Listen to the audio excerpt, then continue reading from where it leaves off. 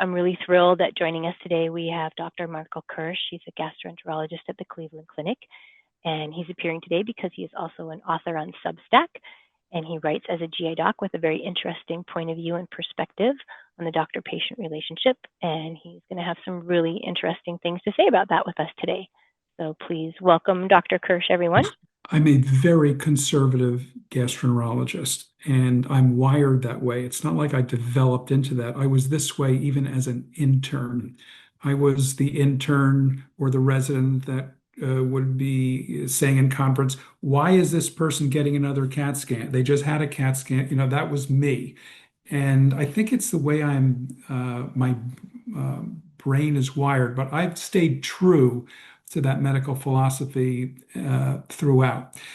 And physicians over time tend to attract patients that share a philosophy. So the patients that I've been honored to take care of and to retain, they've come to respect and prefer this style. It's not a right or wrong issue, but I don't prescribe a lot. I don't order a lot of scans. I don't order a lot of labs. I'm clearly below average in terms of my ordering habits. I don't think that my outcomes are any worse for that. In fact, I've always felt that in medicine, doing less is really better medicine. So I bring that to all of the work that I do. I try my best to be an avid listener, not only in my professional life, but in my personal life. And there's times that I'm on the phone, Heather, and I forget to say like, uh-huh. And I think, and sometimes they'll say, "Are you still there?" Because I'm Yes, just because you're just listening. zoned in Right. and listening. With regard to the diseases I take care of, let's say irritable bowel in particular, I am not a huge prescriber to irritable bowel patients. During our discussion, I will try to point out where I think I bring value to the irritable bowel patient and where I feel I and my colleagues are more limited. Okay. I'd like to talk about the doctor-patient relationship, which I think is absolutely fundamental to taking care of these patients in particular. I'm prepared to address, and I did, after I had asked for this kind of informal talk, I did then use the internet, and I think I probably found out quite a bit about you because you're so accessible on the internet. And some of the testimonials that you've earned or point out, like, my doctor just doesn't get it. And I'm prepared to Yeah. discuss why that might, from a doctor's point of view, how Yes. do we see that issue? Yes. I would love to hear that. Everybody would Yeah, love to hear that. That'd be fascinating and really on a helpful, I person. think, too. Um, I've also been a writer for 30 years. It's been something that has been brought me enormous joy.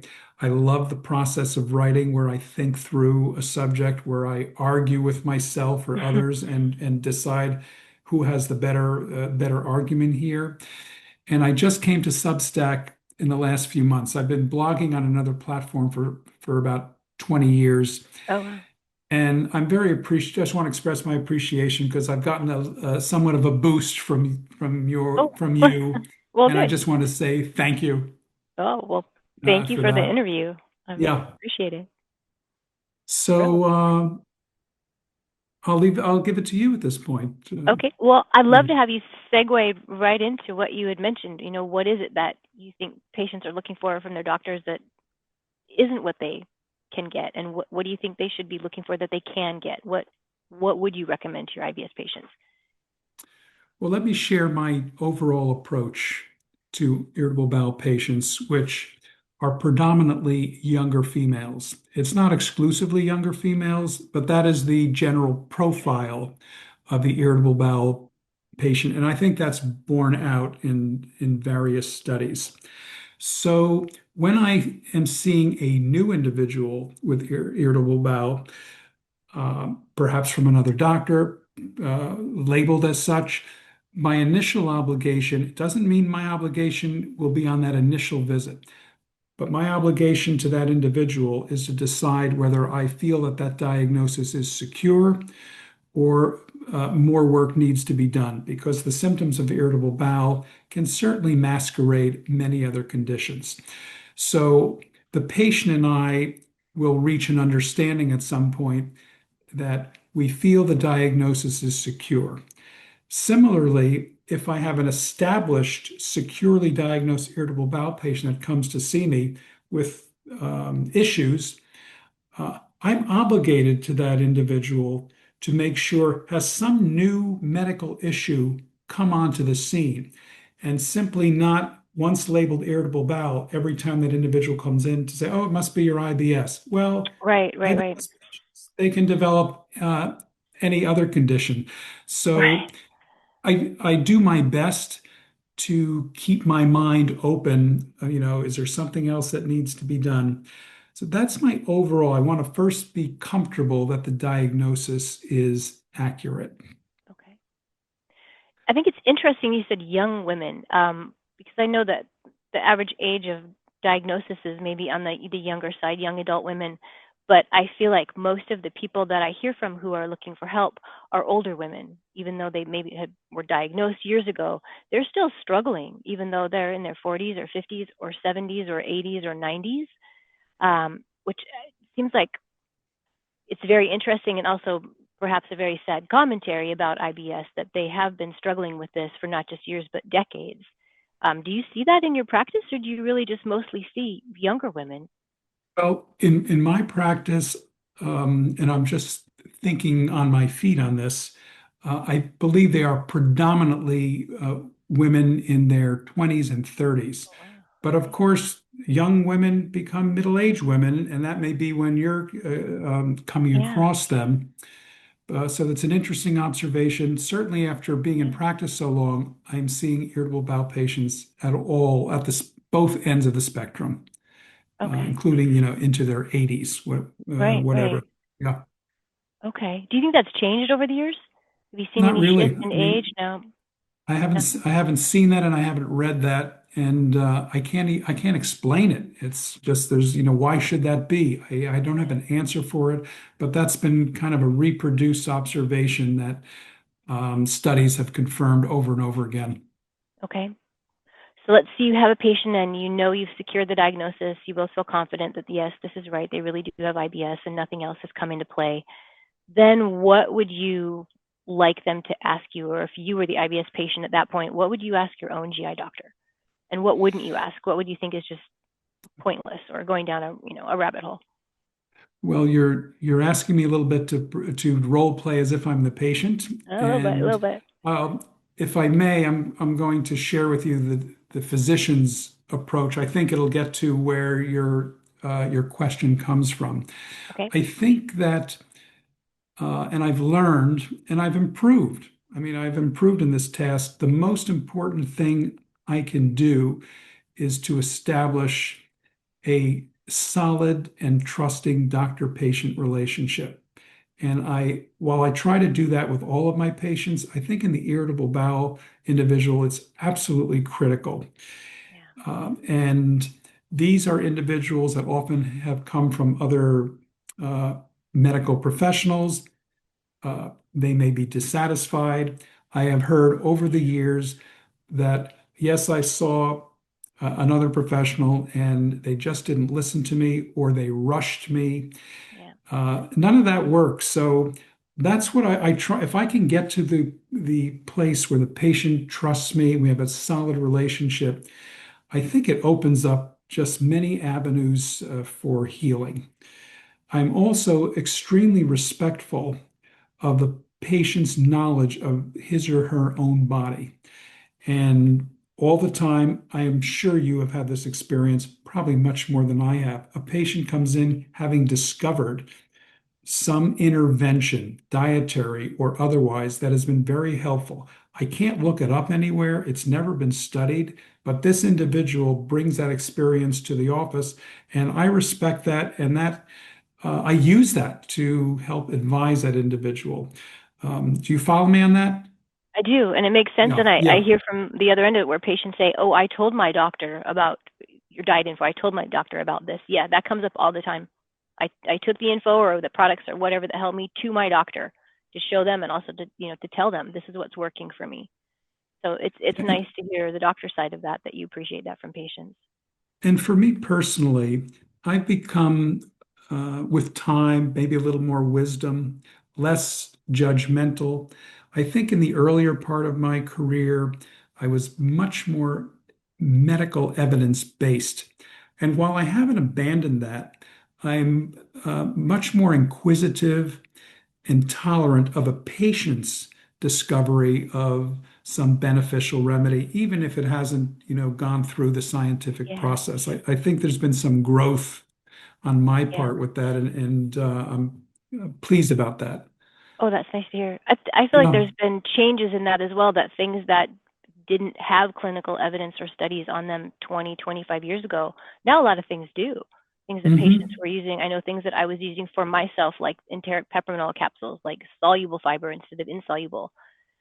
There was research on that, but it was kind of hidden. It hadn't been presented to IBS people, and a lot of doctors I spoke to were like, well, if it helps you, great. I don't really know, can't say anything about it. And now, decades down the road, they can say, oh, great. Hopefully they are recommending things that now do have the clinical research on them that just didn't used to exist. And that's one of the kind of weird avenues where I think in some ways, IBS patients were maybe ahead of the doctors in that, and they couldn't wait for the research to come out. They needed to find what helped them now and move forward with that. And now maybe I think the research is kind of catching up with things that patients, like you said, realized for themselves a while ago.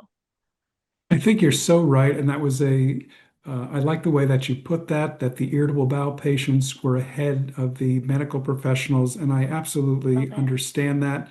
Of course, no one has more of an incentive to Yes. try new things and to have an open mind than the individual. So Yeah, I you're motivated. completely agree with you. You're right, very motivated. But Yeah. yeah, and it's nice to get the reassurance after the fact too, like, oh, I knew that helped me. And I do hear that from people. I knew this helped me, or I knew this hurt me. It's nice to finally have the logical reason and the support for why. Finally, I have evidence for what my body was telling me, years ago. So that's nice. So I think that what we bring to the table on the physician medical professional side, or as I said earlier, are we sure this is not Crohn's disease? Might this be celiac disease? Is this bacterial overgrowth or Right, other things? I right. think we're quite good at that, the medical side. I think the treatment of the disease can be a very frustrating experience on the medical side and on the patient side. Of course, we're the professionals. It's our job to take care of these patients. But I have heard many, many times over a career of dissatisfaction from irritable bowel patients with regard to their care. I really don't hear about that often with diverticulitis or reflux or ulcers, Yeah. other more concrete diagnoses. Irritable bowel is complex, it's deep. It's not the same in any two patients. It's not like reflux is fairly standard across the board. Not true with IBS, which has 1,000 faces, Yeah. and it's different in each individual. And the individual himself or herself has different versions of their own irritable Oh, right. bowel. Right. Oh, right. So It can change for the same person. it's Yeah. complex, and I certainly do my best, but there are times where I feel uh, that there's another professional that really should be on the case besides me, whether that's a nutritionist or I've also used functional medicine professionals that I think have just a different way of understanding the body. Yeah. So I think the physicians have to be very open-minded, as open-minded as the patients, in Yeah. saying, we have to try something different, or we need to recruit others on the team that look at the Right. world differently. Does that make sense to you? No, it does. I wish that there was more of a team approach in the GI clinics in the U.S. For IBS specifically, where they did have more of the registered dietitians that they could send people to, the gut-directed hypnotherapy. That I would love to see that incorporated into U.S. practices the way it is in the U.K. So yeah, lots of other avenues for treatment. I agree. It would be really nice to see that incorporated more right within the mainstream, gut docs practices. I don't know if I'll see that And happen, but it would be nice. It's a good goal. I Yeah. can see from some of the materials on you I reviewed that you've developed quite an expertise in the diet with regard to irritable bowel, and I'm interested in some of your observations that you've discovered. Oh gosh. Well, I mean, that really started out just for me and my own use and then spiraled out into helping a lot of other people over the years. But yeah, it turned out that diet was obviously key to managing IBS, something that was kind of dismissed outright when I was first diagnosed. Literally, diet doesn't matter, which was just so obviously instinctively wrong that I just didn't even believe it. And came to find out, of course, that's not true. So, really, my first big discoveries about IBS and how foods can physically affect the gut and affect IBS as a result were kind of be boiled down into soluble versus insoluble fiber. And then that fat is such a huge GI stimulant Mhm. and a possible trigger. But really, the soluble versus insoluble fiber, that was something that I had to go into medical libraries to find 25, 30 years ago when I was looking for it because there was just nothing mainstream on it, certainly not in the GI world that I could find, certainly not anything for IBS. And it was just the only diet advice that was out there was just a blanket, eat more fiber. Well, what do you mean? Well, have some bran. Well, I know that's a bad idea. There's no way I'm going to try that again. I've had a horrible personal experience. So that was my jumping off point into how do I find my safe foods and my trigger foods. And then to just sort of incidentally learn along the way that that held true for just about everybody who had a hyperreactive gut. We were all having problems with insoluble fiber. We were all being helped by soluble, but it just hadn't been pulled together and presented to people, particularly with IBS, as safe foods versus trigger foods. So that was really part of what launched me into finding my own IBS solutions and then in trying to share that with other people. And it's been interesting and curious to see that over the years really expand out there into where now it's kind of more blanket advice. Eat your soluble fiber if you have IBS and be careful for insoluble fiber. So I don't know if you've seen it shift. It'd be interesting to see if you have, and on the medical side, if you've seen that. But I've certainly seen that shift in advice that's patient oriented. Well, that does echo my own experience. When I started out, Yeah. the treatment was uh, take whatever fibers on the shelf, drink Yeah. more liquids, see me next year. That was kind of the conventional approach. Mhm.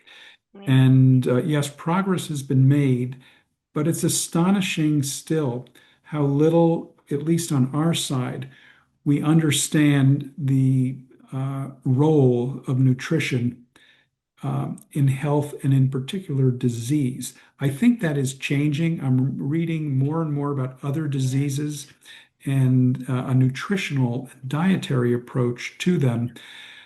But it would be surprising to you and your viewers to know, unless it's changed, how little training as medical students and interns and residents we received Yeah. in something so fundamentally important as the role in nutrition in health and disease. I can't explain it, but that's how it Yeah. was.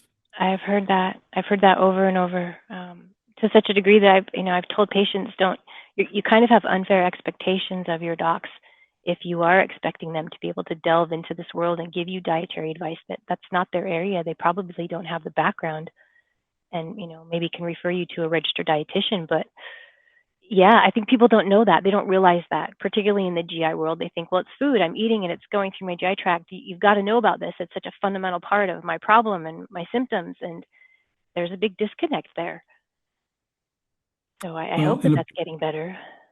in a perfect world, which is not our world, every irritable bowel patient and many other types of patients would be taken care of by a team Yeah. of professionals. The gastroenterologist would be a member of that team, and each team member would complement the others and bring a full array of different types of advice to help a person. That this is Yeah. not quite where we're at yet. That would be great to see, though. I'd love to see some comprehensive treatment of it as a brain gut disorder. And, here's the chunk that's going to handle the brain side, and here's the chunk that's going to handle the gut side. And here's all of the different avenues of treatment for you that can kind of cover that whole spectrum so that we deal with the underlying causes as much as possible. And it's not all going to be what you put in your mouth, and it's not all going to be what you put in your brain, but let's get it all together. And, have as many weapons in your arsenal as you can. Yeah, very well said. Yeah, Another aspect of this care that does come up is my trying to work with individuals to establish what are the reasonable treatment expectations here. yeah, This is a chronic illness. It does ebb and flow, but it's not curable, but that doesn't mean it's not treatable.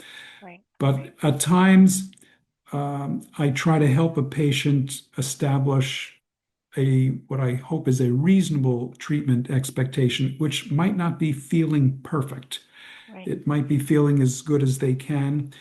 And if we're successful with that and the individual can kind of ratchet it down a notch or two, I think it really helps reduce the frustration Yeah. on their part. Does that make sense to you? Yeah, that makes perfect Yeah. sense. It helps if people can feel like they're improving, if they can get to a better place, then I think you realize you can stay in that better place, or now you can get to an even better place.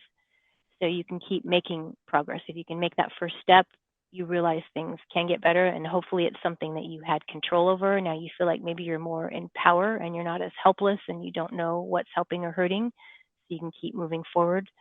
And it's very hard to see the people who are looking for that one magic bullet. They're looking for that one thing that they're going to do and it's going to fix the problem. I'm going to take this and then tomorrow I'll be all better and I'll never have to do anything again. Like I would take an antibiotic for an infection, I'll get over it, and then great, it's in my past and I'm done. And sometimes it's really a struggle to let people know, I don't know how you can do that with IBS. I don't know what you can take today and be good for the rest of your life starting tomorrow. I wish we had that magic bullet. I know how to help you start feeling better and get to the point where maybe you feel all better every day for the vast majority of your time, but you still have that underlying pathology. I don't know a way to give you something that is going to magically cure you. And I know there's people who just, end up really with very dysfunctional lives with IBS because they just are searching for that and kind of killing themselves in the process looking for it. So that's a hard position to be in, and I wouldn't want to tell people that from the doctor's side at all. I think that was very well said. What I'm going to respond to that has absolutely no scientific basis as far as I know, but I'm going to throw it out for the consideration of your Yeah, viewers. yeah, why not? I think if the individual feels that the doctor has heard them and they've been listened to and they have not been rushed and they've been validated, and when they send the doctor a message, there's a response from the doctor through the portal or whatever. I think all of those things, which are really elements of the doctor patient relationship, I think if that's in place and it's strong, here's the unscientific part. I think the patients do better. I just do. Yeah, I want to believe that, but I can't give you necessarily a study that will corroborate that. it makes sense though. I think at some fundamental level, the more that you trust your doctor or just like them as a person, the more you believe that they're trying to help you.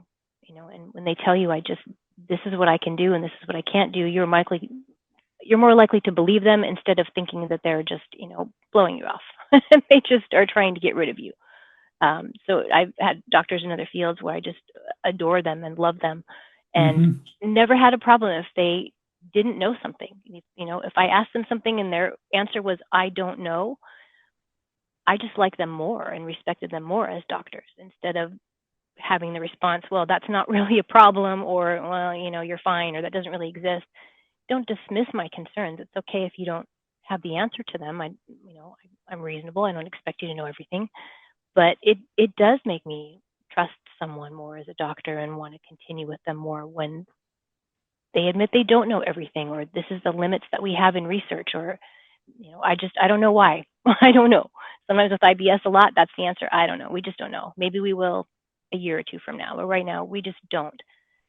And it's hard to hear as a patient, but when it's the honest answer, I think it's an answer that you respect.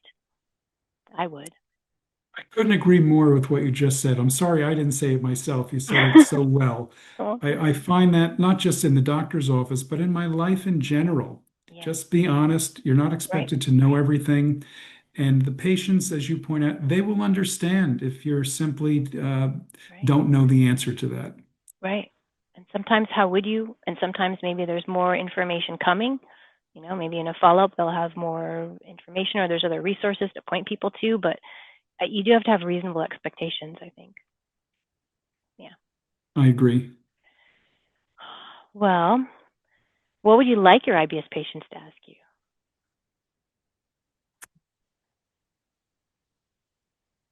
I'd like them to bring to my attention new treatments or measures that they've read about or heard from others that they, for some reason, might not feel free to bring up to me, fearing that there's going to be some judgment on my part, which there would not be.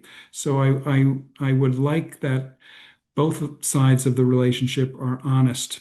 And I think that's part of the responsibility of the patient is to bring those ideas, even if they may be unorthodox, so we can discuss it. And maybe I have to research it. And so I think that's something I don't think that I always get. So there's an answer to what you've asked. And that was not expected. So I have to say, I think a lot of people would really appreciate that and hopefully take that to heart and do that with their own doctors. I think a lot of people feel a little afraid to do that or worried that they're going to be dismissed or that's not appreciated or there won't be enough time or worse that, argued with or told that's not, can't be helping you. And I don't know, somehow they'll be judged. People do have that fear. So that's wonderful to know that that's what you would want because I think there are so many things that IBS patients could bring to their doctor's attention that do help them that are outside the medical world, even if they're mainstream and are established to help, they're not necessarily a part of the day in, day out gastroenterology practice. I would think I would appreciate that, like you would, to hear from your patients what helped them so that you can research it or pass it along if it turns out, yeah, look at that. There's something that's helpful I hadn't heard of, and now I can share it with other people. So I think patients will And be thrilled to hear that. I should be asking them, and I need to do this better rather than wait for that to say, are there any things that you wish to talk about? Have you found about any other treatments? Have you, and draw it out from them? I mean, both sides can What's helped contribute to you? that. Yeah, that would be very helpful across the board, I think. What has helped you? Or what has hurt you as well? Like, was there advice that you got that turned out to just not work?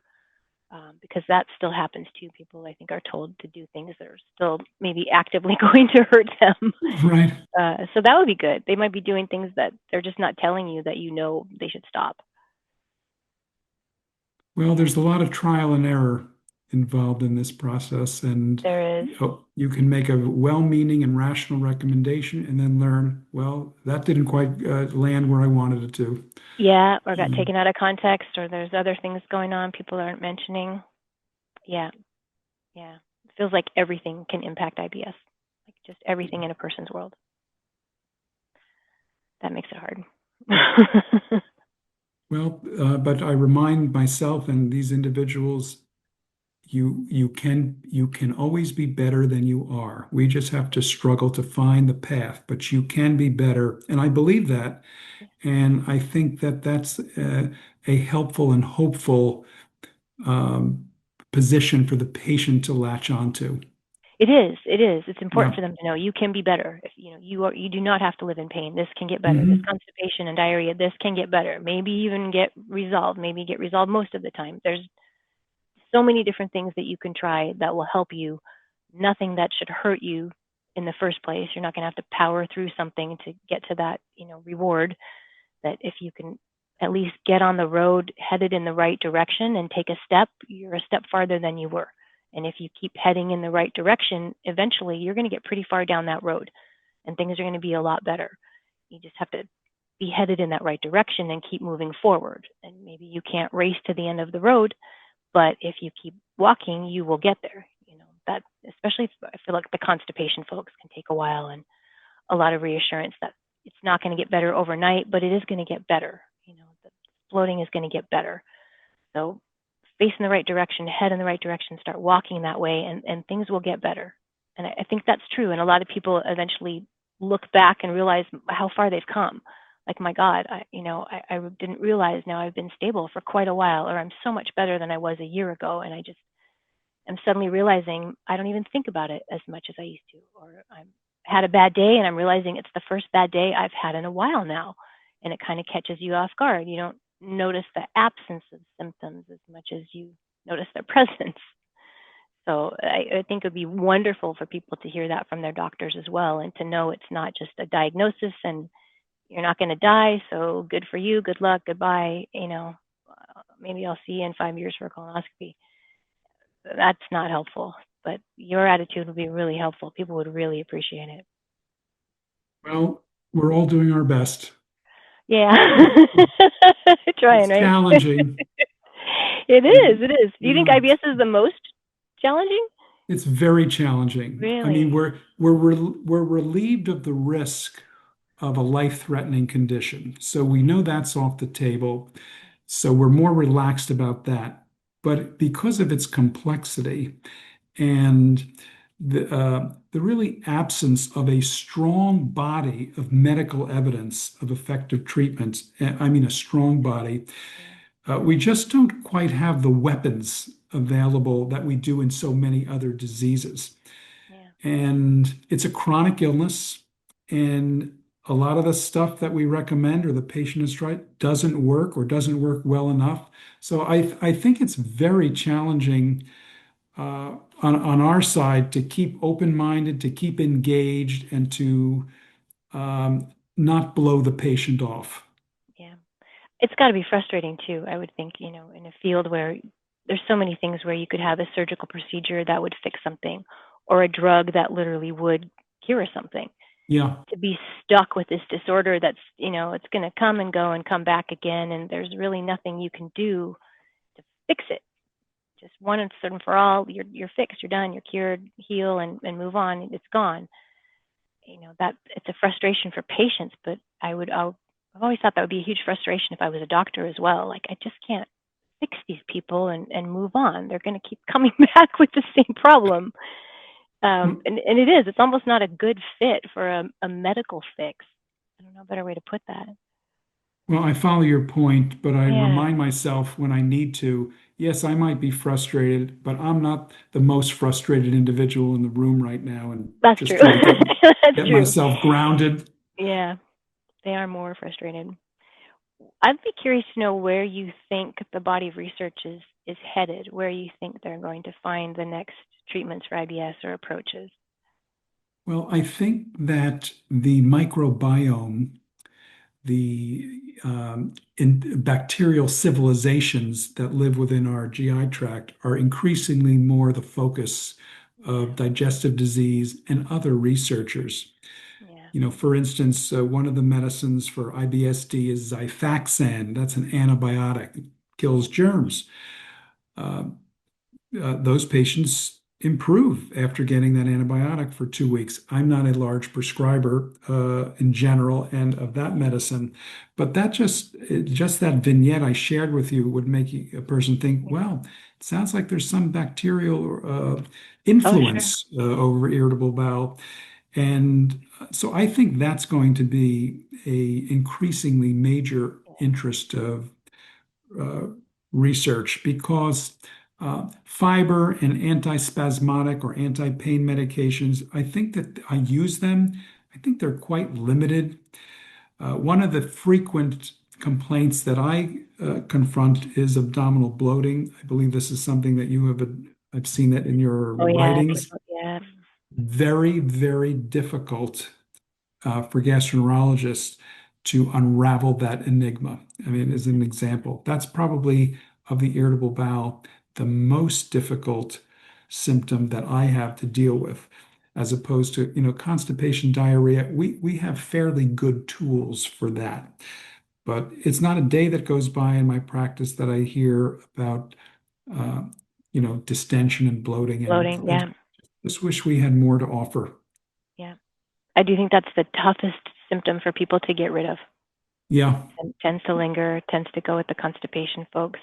Takes longer just to completely abate. Yeah, and it's disruptive to people's lives, in a way that other symptoms aren't. So yeah, that's interesting that Yeah, people are complaining about the bloating as the Oh, worst yeah. symptom. Okay. I'm going to be very interested to see how they keep tying in the gut microbiome to the whole brain gut axis and the bacteria in Hmm. your gut affecting your brain and vice versa. That's just something I feel like wasn't even on the radar years ago in IBS research at all. And now is just suddenly everywhere, more and more coming out about the gut microbiome. Like every week, I see more research on that. So it'll be interesting to see where they take that in terms of treatments.